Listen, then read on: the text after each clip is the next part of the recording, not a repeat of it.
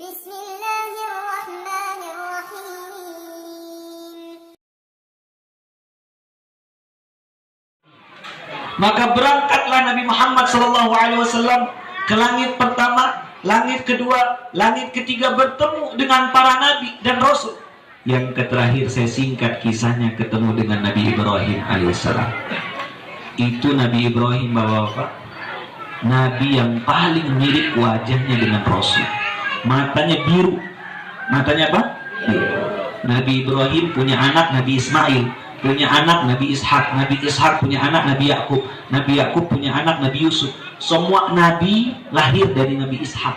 Tapi Nabi Ismail nggak punya keturunan nabi, kecuali Nabi Muhammad SAW. Makanya Nabi Ibrahim dikenal Abu Anbiya, bapaknya para nabi, karena dialah yang menurunkan para nabi. Penutupnya Nabi Bani Israel, Nabi Isa, dan penutup nabi dari bangsa Arab yaitu Nabi Muhammad SAW. Satu nabi inilah yang mengalahkan semua para nabi, yaitu nabi kita Nabi Muhammad SAW, yang langsung bertemu dengan Allah. Begitu dia berjumpa dengan Nabi Ibrahim, senang Nabi Ibrahim alaihissalam. Apa kata Nabi Ibrahim? Wahai anakku, cucuku. Begitu dia bertemu, senang dipeluk pada saat tersebut. Nabi yang terbaik Nabi Muhammad SAW diajak keliling-keliling, diajak sesuatu tersebut. Semua yang dilihat sama Nabi Muhammad SAW, bahkan begitu diajak keliling dengan malaikat Jibril, linuriyahu min ayatina, ditunjukkan kekuasaan-kekuasaan Allah. Yang pertama, ada seseorang yang dilihat oleh Allah, oleh Rasulullah SAW, ada seseorang yang kukunya panjang terbuat dari besi. Dia cakar badannya, dia cakar mukanya, sampai Rasul tidak mau melihat dia. Mahada ya Jibril, siapa orang ini, siapa? Apa kata Jibril alaihissalam?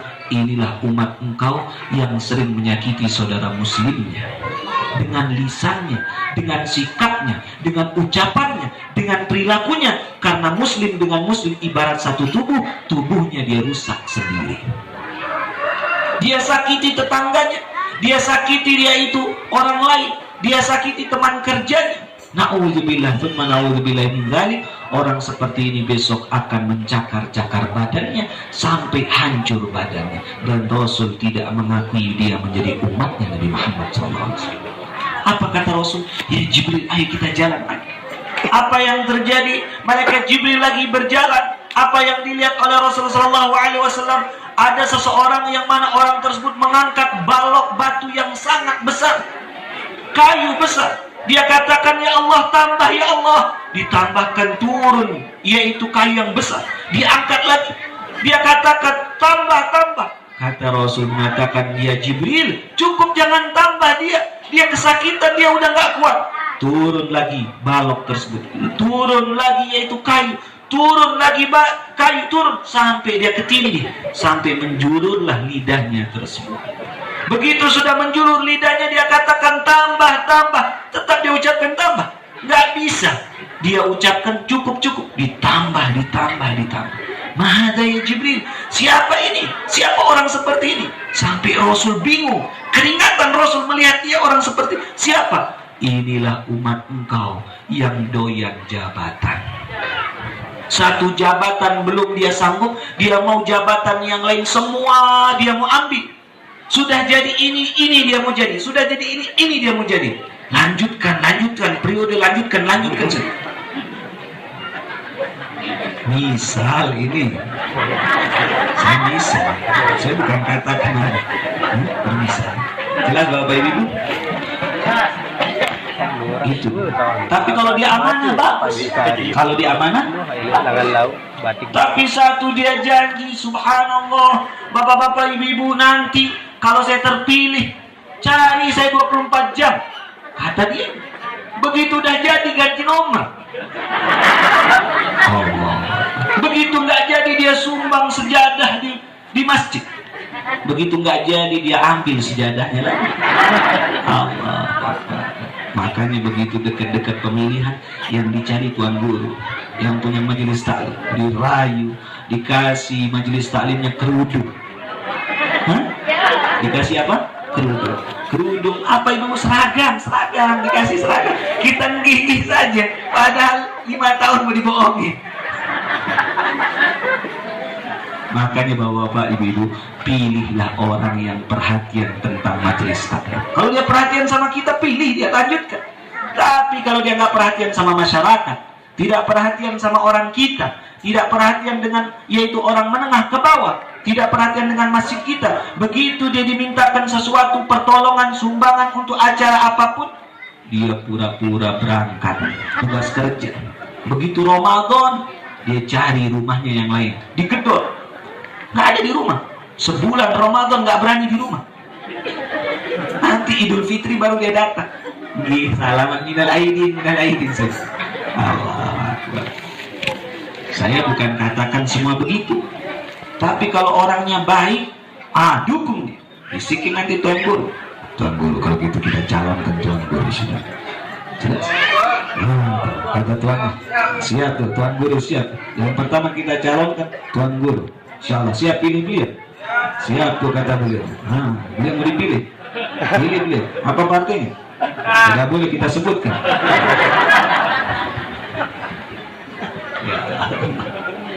Pilih orang yang soleh. Dulu, mohon maaf Bapak Ibu, mohon maaf. Nanti disaring saja, mohon maaf. Dulu ini saya berkisah saja ini. Ada khalifah namanya Umar Abdul Aziz. Namanya Umar Abdul Aziz.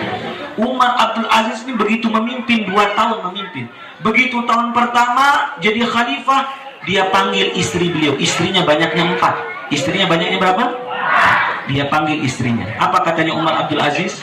Hei istri-istriku, sekarang terserah engkau. Sekarang saya memimpin dari negara, jadi kepala negara. Saya nggak bisa yaitu memberikan engkau kebutuhan batin lagi, nggak bisa kumpul lagi sama engkau. Sekarang terserah engkau. Engkau mau pisah dengan aku silakan, kalau enggak juga nggak apa-apa. Cuma saya minta ridho sama engkau, tidak bisa memberikan engkau kebutuhan batin lagi.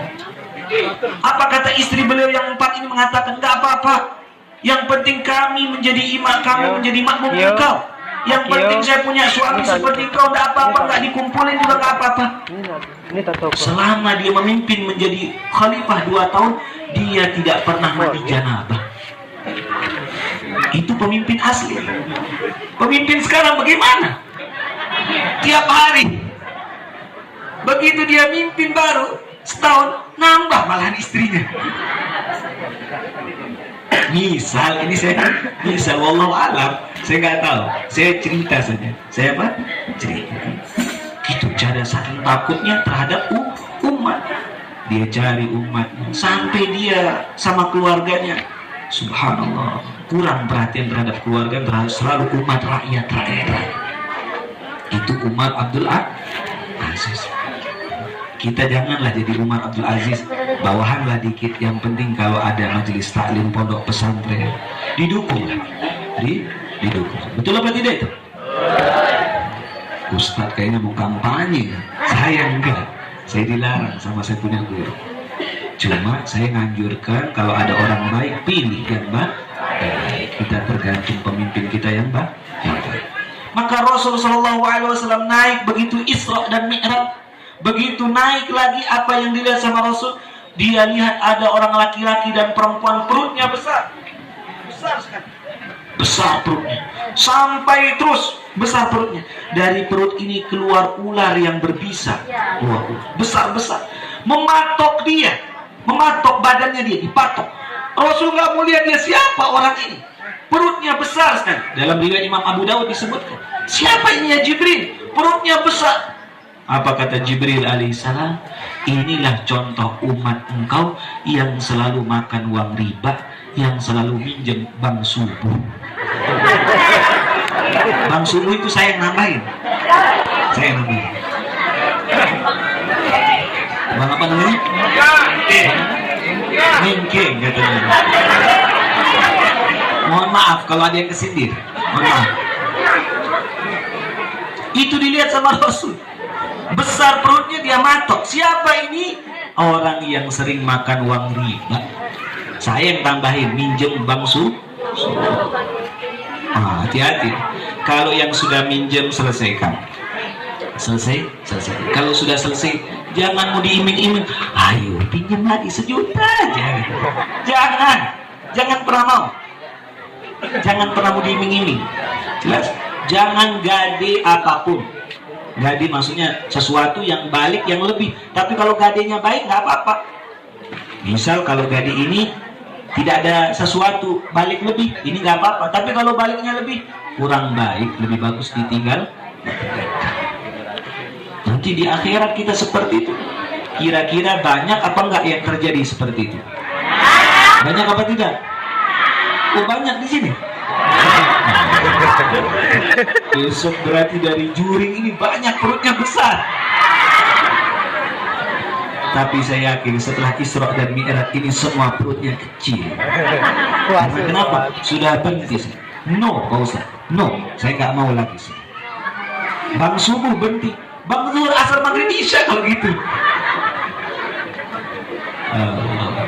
Kita kurang dianjurkan seperti itu. Jelas Bapak Ibu? Yang keempat yang dilihat sama Rasul, ada orang nanam sesuatu. Begitu ditanam sesuatu, baru dikasih bibit satu, tumbuh banyak. Dia mau ngambil pupuk, dia mau tebak, tiba-tiba panen, dia ambil lagi panennya tersebut. Dia mau nanam lagi, tiba-tiba tumbuh lagi. Kaget dia, kok tumbuh terus. Dipanen terus. Senyum Rasul. Oh, ini kayaknya bagus nih, kata dia. Mahal ya Jibril, siapa ini Jibril? Inilah contoh umat engkau yang selalu menyumbang di masjid, menyumbang di fakir miskin, menyumbang kepada orang yang tidak mampu, menyumbang di pondok pesantren, menyumbang di majelis taklim, dan menyantuni janda-janda dengan syarat jandanya tidak dipilih-pilih. Jangan janda itu saja dipilih. Ustaz, yang kita jandanya baik itu, anaknya baru satu. Kalau anaknya 5 nggak mau disantuni. Kalau masih satu, masih kecil, mau disantuni. Allahu Akbar. Tidak boleh, nggak dapat pahala. Kita diperintahkan, bahkan dalam kitab Riyadhus Shalihin ada khusus babnya, yaitu menyantuni janda. Maka orang yang selalu berbuat baik, menginfakkan hartanya, dia lihat nanti di akhirat, yaitu suatu ganjaran yang sangat besar. Masya Allah.